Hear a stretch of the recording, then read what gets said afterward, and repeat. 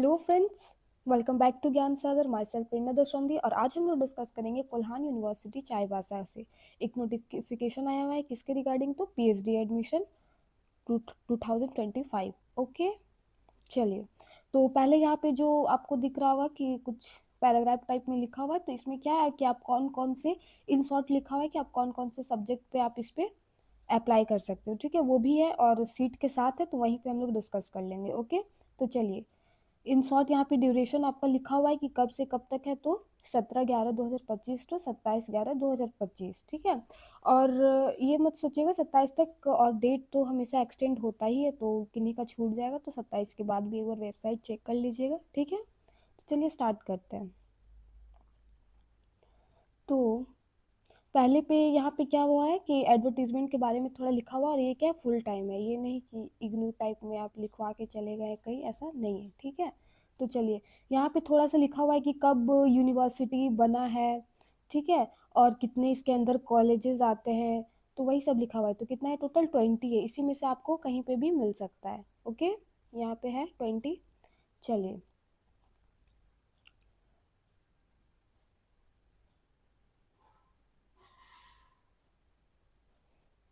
चलिए ये वाला जो ज़्यादा इंपॉर्टेंट है इसको हम लोग डिस्कस कर लेते हैं। पहला भाई क्या है हमारा, तो जो हमारा पीएचडी का नोटिफिकेशन कब आया हुआ है, तो 17 को आया हुआ है। ठीक है, उसके बाद लास्ट डेट और फॉर ऑनलाइन एप्लीकेशन कितना है, तो 17/11/2025। नोटिफिकेशन भी उसी दिन आया और बोल रहा है कि मतलब स्टार्ट भी हमारा 17 से हो गया। और जब आपका शॉर्ट लिस्टिंग मेरिट कब आएगा आपका, तो 28/11/2025 और 1/12/25 तक, इसके बीच में आ जाएगा। उसके बाद जो आपका इंटरव्यू होगा वो कब होगा भाई, तो डिफरेंट डिपार्टमेंट जो अलग अलग है, अलग अलग डिपार्टमेंट में होगा, तो वो 2 से 6 तक होगा। उसके बाद आपका डिक्लेरेशन और फाइनल रिजल्ट कब आ जाएगा कि हाँ आप सिलेक्टेड हो, तो 15/12 को आ जाएगा। ठीक है, उसके बाद रिपोर्ट कब आपका, रिपोर्टिंग क्या है, तो 16 को है, 16 से 24 तक है।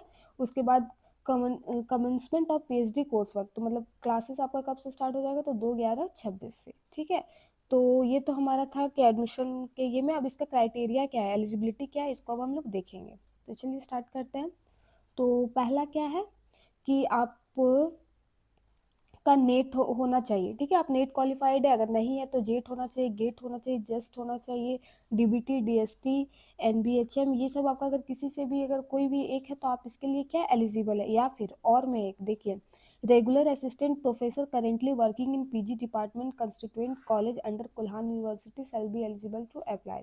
अगर कोई असिस्टेंट प्रोफेसर है, उनके पास नेट नहीं है, गेट नहीं है, जेआरएफ नहीं है, तो भी वो क्या कर सकते हैं, वो एलिजिबल है अप्लाई करने के लिए। ठीक है, और यहाँ पे आपका लिखा हुआ है कि मिनिमम कितना चाहिए, तो 50% चाहिए पीजी वाले को। ठीक है, और आपका 2 ईयर का पीजी होना चाहिए, 3 साल का ग्रेजुएशन होना चाहिए। अभी जो 4 साल का है उनका तो अभी तक कंप्लीट हुआ नहीं है, तो यही है 4 साल, 3 साल वाले ही हम लोग।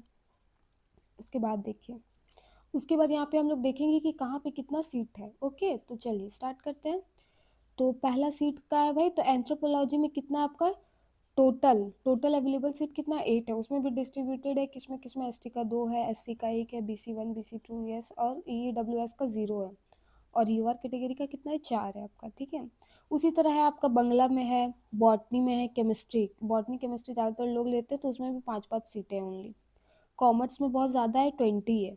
ठीक है, ऐसे economics, English, geography, geology, Hindi, history, home science, mathematics, Odia, philosophy, physics, physics में कितना है भाई, तो 4 सीट है, मतलब यूआर का, और टोटल कितना है, 8। ओके, पॉलिटिकल साइंस और साइकोलॉजी में 18 सीट है, संस्कृत में 8 सीट है, उर्दू में 4 है, और जूलॉजी में 17 है। तो चलिए टोटल आपका कितना है, 339 सीट है। ठीक है, उसमें से आप देख लीजिए कि आप कौन से कैटेगरी में आते हैं, आपके लिए कितना सीट अवेलेबल है। यहाँ पर क्या लिखा हुआ है, थोड़ा इसको पढ़ लेते हैं। Reservation roster for PhD program offered in various department for the academic year इतना इतना, as pro provision of admission notified by DST letter notification. अच्छा, यही लिखा हुआ है कि कौन से नोटिफिकेशन के अंडर में है ये। तो चलिए यही है आपका, अगर कंक्लूजन बोला जाए तो अगर आपको पूरा पीडीएफ पढ़ना है तो ये आपको मिल जाएगा इसी के लिंक में, वीडियो के लिंक में, आप देख लीजिएगा। ओके, तो चलिए, चलिए इसको थोड़ा सा समझना ज़रूरी है। ये क्या है भाई, तो 2 कैटेगरी में डिवाइडेड है, कैटेगरी 1 एंड कैटेगरी 2। यहाँ पे क्या है, कैटेगरी 1 आप अगर हैं, कैसे हैं, तो अगर इसमें क्या होगा, सिर्फ इंटरव्यू, इंटरव्यू तो दोनों में होगा लेकिन वेटेज का डिफरेंस रहेगा। ठीक है, कैटेगरी 1 में क्या होगा कि आप फुल डिपेंडेंट है, आपका मतलब इंटरव्यू कैसा गया है, और कैटेगरी 2 में क्या है, आपका 30% ओनली रहेगा, 70% आपका स्कोर से रहेगा, ठीक है। तो चलिए, उसके बाद एप्लीकेशन प्रोसेस तो आप लोग को सबको पता ही है, चलिए फिर भी पढ़ लेते, देखिए क्या है। तो ये तो पहला बात क्या होगा कि ऑनलाइन मोड पे होगा, ठीक है, क्या होगा, ऑनलाइन मोड पे होगा। उसके बाद क्या है, the candidate applying for PhD admission to PhD program is more than one subject must apply separately for different subject.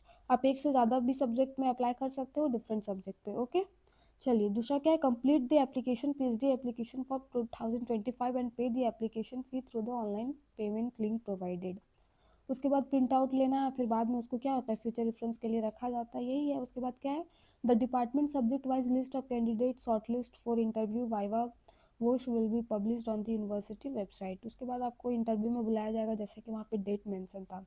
आपका UR BC1 BC2 EWS का क्या है फी, तो 2000 है, और ST SC का क्या है, जो डिसेबल पीपल है उनके लिए क्या है, 1000 है, ठीक है। The application processing fee once paid is non refundable, और ये क्या है, नॉन रिफंडेबल है, ठीक है।